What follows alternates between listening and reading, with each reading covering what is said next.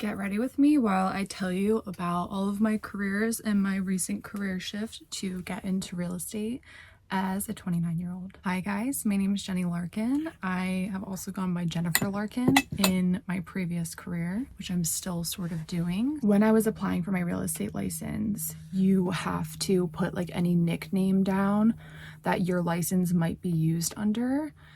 And when I was thinking about like, oh, do I want to have Jennifer or Jenny? I was like, okay, well, I've been a model for the last 12 years.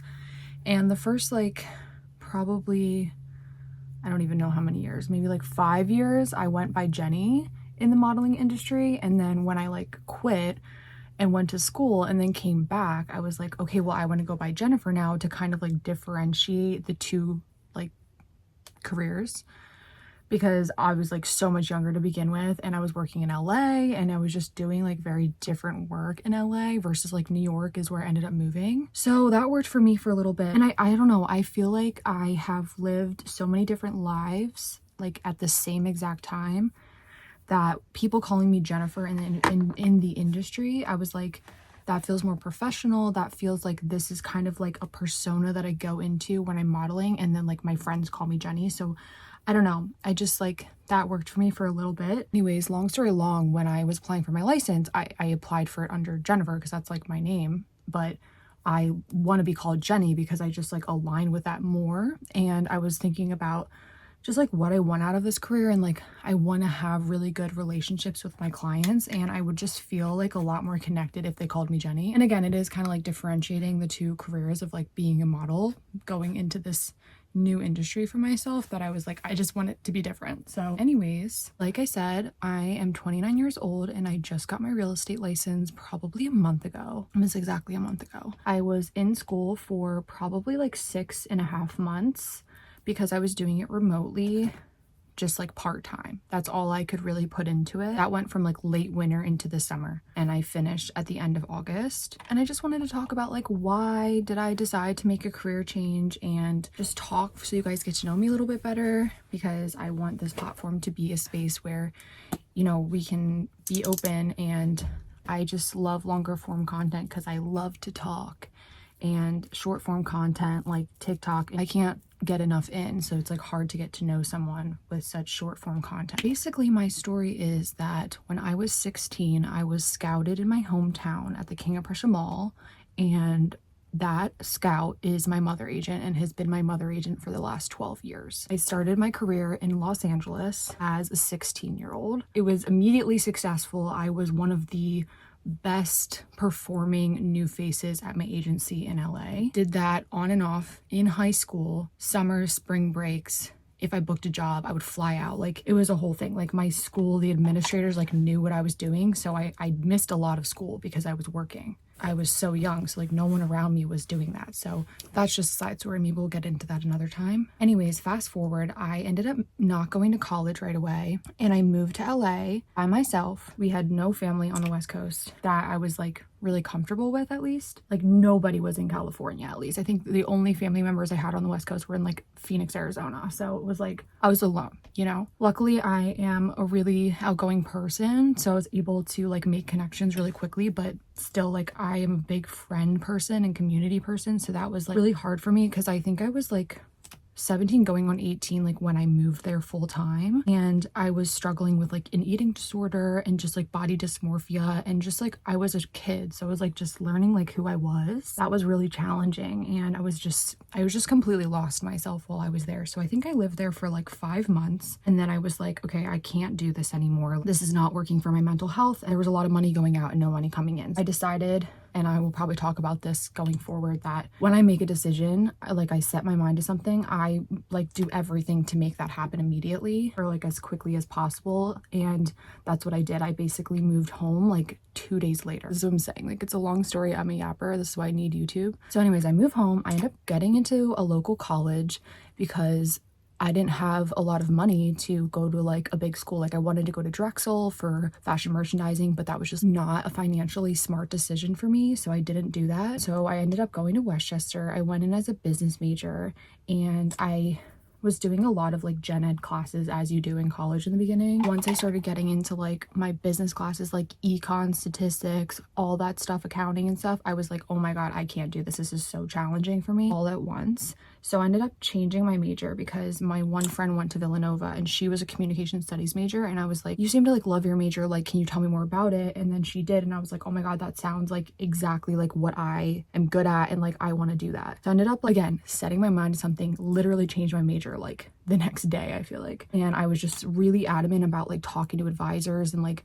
I've just always been like a really hard worker and like really a go-getter. So I just like made things happen. I like had to drop like I think like 4 classes and then change my major. It was honestly not a big deal. It was just, okay, if you do that, you're gonna have to like hustle really hard to like graduate on time if you want to do that. And like I said, like I had set my mind on it. I had started school like already a semester late, and then I changed my major. So I like was pretty behind in school with like my class, and I ended up like working my butt off, and I took like summer winter classes. I ended up doing like an internship for credit, an independent study for credit, and I actually ended up graduating on time. So I graduated in 3.5 years, which is like crazy, honestly. In hindsight, like I was just like, I cannot stay here any longer. All that to say is that I was there and I was like, okay, well, I want to like own a business. That's why I, went to school for business. So I ended up minoring in graphic design, and that was really great. And that all just like adds up to my background with like communication, interpersonal relationships, social media marketing, management, graphic design, web design,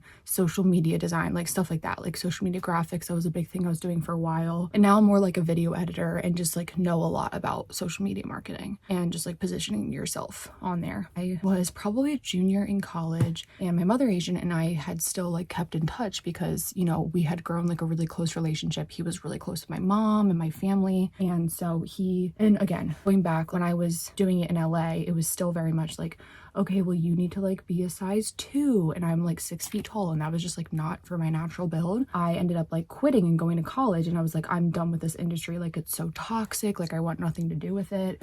It was like really bad for my mental health. And then when my agent reached back out my junior year, he was like, okay, well, there's a major shift in the industry. Like, curve modeling is a thing now, and you don't have to like lose weight to model anymore. Mind you, I was still so small. I mean, I was like 20 years old. He's like, let's go like meet with a bunch of agencies in New York City and just like see what happens. Honestly, I like didn't really know what I was gonna do after college. I honestly have no idea. I probably would have gone into like in-house social media marketing or something if I didn't do what I'm about to tell you. So anyways, we go to New York City. Again, I'm like in college, so I'm just living like so many different lives. Like this will all come back full circle why I'm saying this, because I just feel like I've not fit in to like one group of people, because I was always kind of living like these different lives that were completely opposite of each other at the same time. So anyways, we go to New York City and we meet with like a handful of agencies. We met with like Ford, Wilhelmina, Elite, and then Muse. Met with Muse. That was the last agency I met with, and it went so well. Like, I loved how they approached the meeting. They were like just very kind and genuine, and were really adamant about like, we do not want you to change anything about yourself. We want you to be like your natural self. That was like really exciting, and I was like so excited about it. And then I came back and I was like still in college, but I knew that when I graduated, actually now that I think about it, I think this was my senior year. This was like almost towards the end of the first semester is when this happened. That makes more sense. So I come back and I'm like, okay, I just have to like get through this last semester, like make sure my grades are really good, because that was just important to me. I hustled so hard to graduate on time, and like I knew I wasn't going to graduate and like use my degree at this point. I was still just like, okay, well, I want to graduate. Like, it was just for myself. I was like proving to myself like I can graduate like with a good GPA. And I ended up getting my GPA up so much. My sophomore year, my advisor was like, you are not going to be able to do things like if you don't get your GPA up. I can't remember what it was. It was because I was like not doing well in all those math classes, and then like the gen eds were hard, whatever, just like not for me. And then once I got into like my major, I like thrived in that because I loved it so much. So I just had to like make it through the rest of the year, and then I graduated. This was another thing. My school was really great, and again, I just like stayed on top of things. And like if anything else, like if you're still in school, this is like a great message, is that you have to be your own advocate. Like, advisors can only do so much. And I was just asking so many questions all the time of like, well, could I do this to graduate early? Like, what could I do? And then I ended up finding out that I could like walk with my class in the spring and then study abroad that summer. Like I could take classes at Westchester or I could study abroad and then get like the credits for that. Yes, it was more expensive, but it wasn't that much more expensive. And I was like, well, I can study abroad in London. Like, why wouldn't I do that? Like, that's an insane experience. And I really hadn't traveled much at this point in my life. So that was just like such an amazing experience. I met such amazing people. It was like basically like my senior week is how I felt, but it was like 2 months long and it was just like amazing. I loved it. And I'm very like independent. So it was just like really good for me, like after college, to like feel like I was an adult and like could do things and just like travel the world. I just like love traveling so much. That was amazing. And I love London still to this day. It's my favorite place. I get back and pretty much immediately move to New York City. I'm gonna try and stop like adding so much detail to these stories. Moved to New York City. I'm there for like a couple months. It took me probably like 8 months to really see like success. And then like once that 8-month mark happened, I was so busy for like an entire year, traveling all over the place, working constantly. It was insane. And I was only probably like 22, just turned 23 at this point. I don't come from like a ton of money. So it was like, I had never made like my own money to like support myself. So it was like obviously very exciting that I was able to like have a really successful career in New York City and like afford to live there. I just like loved it. It was awesome. But then COVID happened, and such a bummer because I feel like, you know, I don't dwell on this. I'm just for purpose of the story. I was in such a groove. And I really felt like I was starting to actually like make good friends and like have a good routine in the city, and like just finally felt like I just like had found my place in the world. And then COVID happened. So I think I had lived there for like almost 2 years. Like the time frame is kind of confusing to me because of like year to year, but I moved like before the year, so I don't remember exactly. I think it was like end of 2018 into 2020 COVID, because that was like the start of 2020. So it wasn't very long. So it sucks because I feel like I probably will never move back there, but I don't feel like I got like the full experience that I would have liked to. Like I would have liked to be there for at least another like 2 years, but it is what it is. So anyways, I moved back home because of COVID, and I am like on unemployment for a while. And of course I'm like devastated because COVID just completely changed the modeling industry. Like I was working at like 100% capacity and it went to like 0 overnight and never went back to 100. Of course, I like tried to hold on to the what if of it, of like, oh, well, what if it gets back to how big it was before COVID? Like I want to have that opportunity, and I love my career and I loved my life. And so that led me to doing like a lot of really odd jobs like Rover, DoorDash, Hair.com, Instacart, all of those. I obviously did not love doing that because it's like, if you've done it, you know, it's just not, it's not very fun, and you have to put out a lot of effort for not a lot of reward. And like it's a lot of driving, lots of gas used, and like there's just frustrating parts about it.